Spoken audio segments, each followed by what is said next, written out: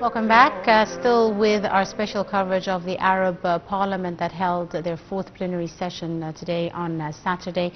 Of course, discussing the latest developments in the region, focusing on the developments in Gaza. We're delighted to be joined this afternoon on the telephone by our guest, Mr. Abdulrahman, the journalist. A very good afternoon to you, Mr. Amr. A very good afternoon to you and the distinguished viewers. It's always my pleasure. Thank you very much, sir. It's a pleasure as all ours. Today, during the session of the Arab Parliament, Al-Asumi said that, the recent summit, the Arab summit, which was held in Bahrain, came out with strong Arab positions to support the Palestinian cause and the Palestinian people in face of the genocidal war they are facing. Of course, they requested and demanded the occupying entity to immediately withdraw from Rafah, as well as an immediate and permanent ceasefire in the Gaza Strip, stopping all attempts at forced displacement, as well as allowing the full and sustainable access to humanitarian aid in the sector. How do you see these demands recently cited? Those demands, well, of course, they are legitimate according to the international law, according to the last resolutions issued by the Criminal International Court and other procedures and issues and resolutions. They have all, for the very first time in history, they are all against the Zionist existence. This is by itself is a very significant point, despite that those resolutions are not committing to Israel.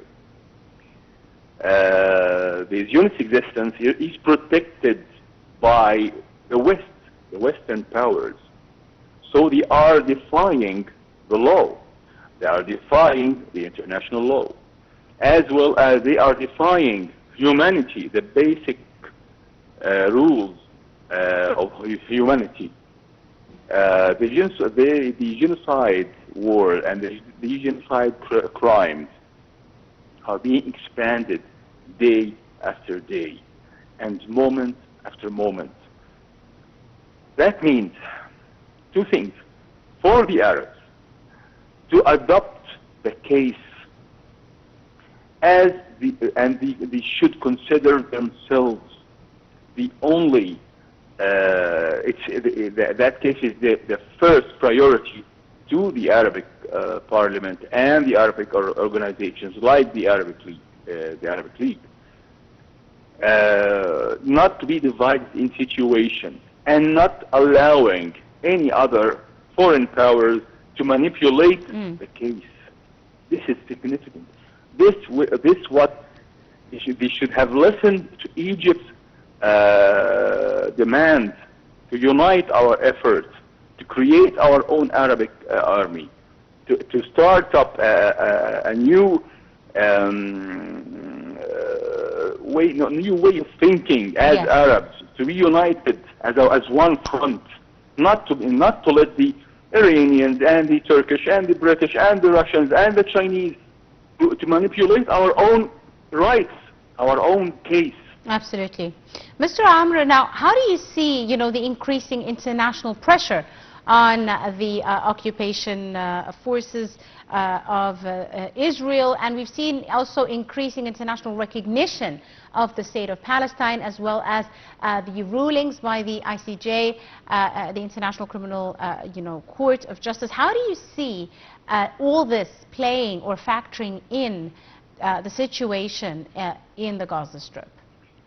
The power is in the hands of the regimes, and I'm talking about the Western regimes that are supporting the crime and supporting the genocide crime and supporting the Arab land to be occupied by the Zionist existence.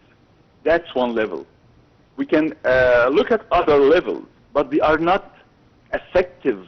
They are not effective. They don't have the power that the regimes have. The regimes have the military forces, the military aid, the military supplies, and the outlaw protection they give to Israel. On the other hand, we have, of course, high level of pressure that the nations all over the world is pressing the regimes. We have witnessed the marches, the protests in the Western universities all over the West. This has never been before. This has never happened before. The awareness has raised to the top of the Arabic rights in the occupied land, and how vicious is the last colonization identity in this world, and it will be ended soon. But I believe that before it's being ended by fate, we need to take our own stand as Arabs. We need to unite our forces behind Egypt. Egypt is the only leadership that Arabs can gather around. As for the international community, the international community assembled in the international organizations for the very first time in history. Yes. The international organizations are standing by the Arabic rights and against the aggression. This is also a historical move. Yes, Mr. Amr. I'm afraid we have to leave it at that as we are running out of time. I'd like to thank you very, very much, Mr. Amr Abdulrahman, the journalist and our guest for this afternoon. Thank you so much, sir, for your time and your insights.